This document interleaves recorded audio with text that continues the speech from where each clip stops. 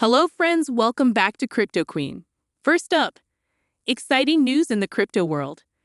Ripple, Hedera, Stellar, and Cardano have embraced ISO 222 standards, making them central to the trillion-dollar market.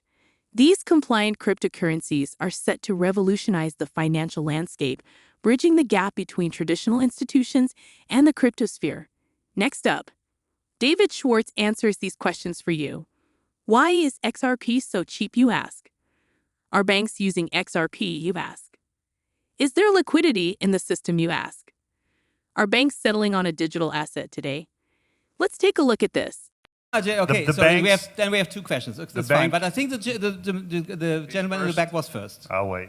Okay. So I was just wanting to know what kind of scale the banks are currently using this to trade amongst each other, because I mean, if they're doing it on the existing, traditional crypto exchanges, wouldn't there be issues with liquidity pockets, right? Like for a bank to settle a couple $1 billion amongst each other, I just don't see how they could possibly get to that size without materially moving the market against each other. So no one is settling on a digital asset at scale today.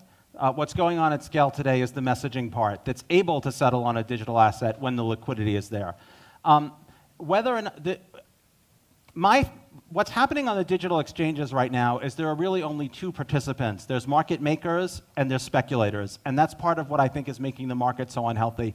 The market makers are deathly afraid that speculators are going to see a price go up on one exchange and beat them by a millisecond and sort of make them take a loss and vice versa. What we're trying to do with XRapid is bring to these crypto exchanges market takers, people looking for liquidity who don't care what crypto prices are doing.